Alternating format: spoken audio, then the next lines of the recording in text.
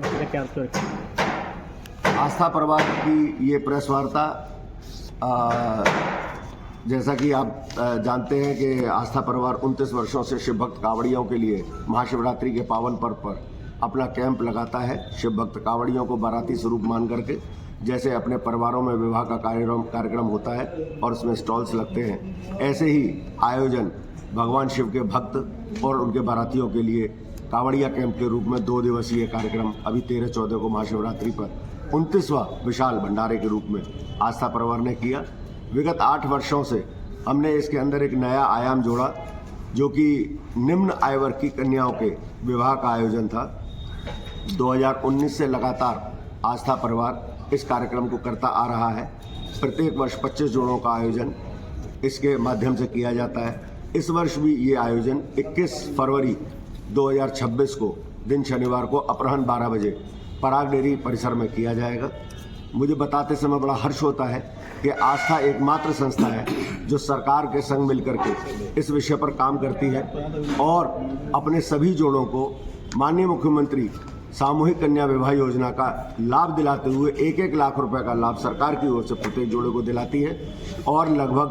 85 से 90 हज़ार रुपए का घरेलू सामान जो उसकी नवगृहस्थ जीवन के लिए आवश्यक है, वो सब देने का काम संस्था की ओर से आस्था परिवार करता है, जिसके अंदर की बेड, गद्दा, तकिया, चादर, कंबल, अलमारी, साइकिल, सिलाई मशीन, मिक्सी, पंखा, 4 कुर्सी, 1 मेज का सेट, बाथरूम सेट, बाल्टी, स्टील की नान, कपड़े सुखाने का स्टैंड,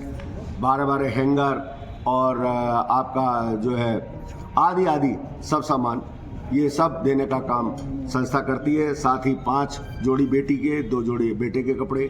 पाजेब, बिछुए और सोने की नथ, ये भी संस्था अपनी ओर से नव दाम्पत्य जीवन की शुभकामनाओं के साथ उनको ये सामान प्रेषित करती है। वही जिस तरीके देखा जाता है कि शादी विवाह में जो प्रोग्राम किए जाते हैं, लाभ पाने के लिए लोग पहले भी शादी कर चुके होते हैं, फिर दोबारा ऐसी जगह पहुंच जाती है, देखे जाके तो कैसे कितने देखा जाएगा? विगत वर्षों में सरकारी कार्यक्रमों में ऐसी चीज़ें देखने को मिली हैं जांच के अंदर, लेकिन उनकी पुष्टता जांच पूर्ण होने के बाद ही सामने आती है,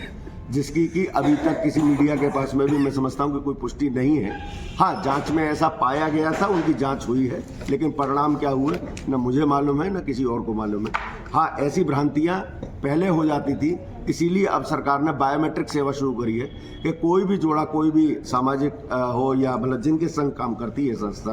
सरकार का जो भी आयोजन होगा या सरकार के साथ मिलकर के जो भी आयोजन होगा, उसमें सभी जोड़ों का बायोमेट्रिक होगा, जिससे कि ये तय हो जाए कि जिसने आवेदन किया है वही आवेदनकर्ता यहाँ पे बैठा हुआ है और उससे 8-10 दिन पूर्व उसकी पुनर्जांच होगी। अगर उसकी फाइल कई महीनों से लंबित है तो उसकी पुनर्जांच होगी कि इसका विवाह तो नहीं हुआ है अभी तक, और जिसका विवाह हुआ है तो वो लास्ट मोमेंट पे भी उसको काटा जाता है, और ऐसा भी हुआ है लिस्टों के अंदर विगत दिनों में। क्या इसमें जोड़ों के अंदर कोई मुस्लिम जोड़े भी होंगे इस बात शामिल? हमने कभी भी न मुस्लिम, न ईसाई, न सिख किसी को मना नहीं किया। हमारे लिए निम्न आय वर्ग की बेटियां केवल निम्न आय वर्ग के ही हैं। बेटियां सबके लिए बेटियां होती हैं और बेटियों की विदाई एक भावपूर्ण क्षण होता है प्रत्येक पिता के लिए। आस्था परिवार भी मातृत्व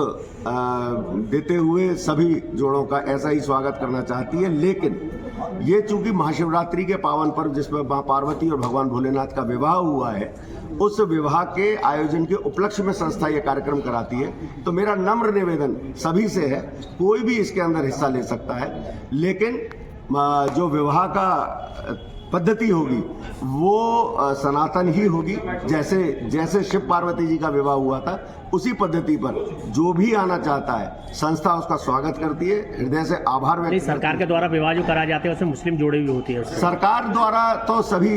धर्म और जातियों का विवाह सामूहिक रूप से कराया जाता है। कराने को हमने भी इस बात के लिए कहा है कि हम भी सर्व उसका कराते हैं, जो भी सनातन पद्धति है वो उन्हीं की पद्धति से कराते हैं। सरकार जब कराती है तो मुस्लिम का मुस्लिम पद्धति से, हिंदू का हिंदू पद्धति से, ईसाई का ईसाई पद्धति से कराती है, लेकिन हमारी व्यवस्था ये है कि हम इस महापर्व के आयोजन के उपलक्ष्य में इस कार्यक्रम को करते हैं, तो उसी सनातनी परंपरा से करते हैं जिससे मां पार्वती और भगवान शिव का विवाह हुआ था। इस सनातनी परंपरा में जिस जिसको विश्वास है और जो इस पद्धति से करना चाहता है, हमारे यहाँ सबका हृदय खोल करके स्वागत है। कोई भी वर्ग, कोई भी धर्म, कोई भी जाति इसके अंदर आती है, हम उसका हृदय की गहराइयों से स्वागत भी करेंगे और ऐसे ही आनंद के साथ उसका भी विवाह करेंगे, जैसा हम विगत वर्षों में सब बेटियों का करते हैं।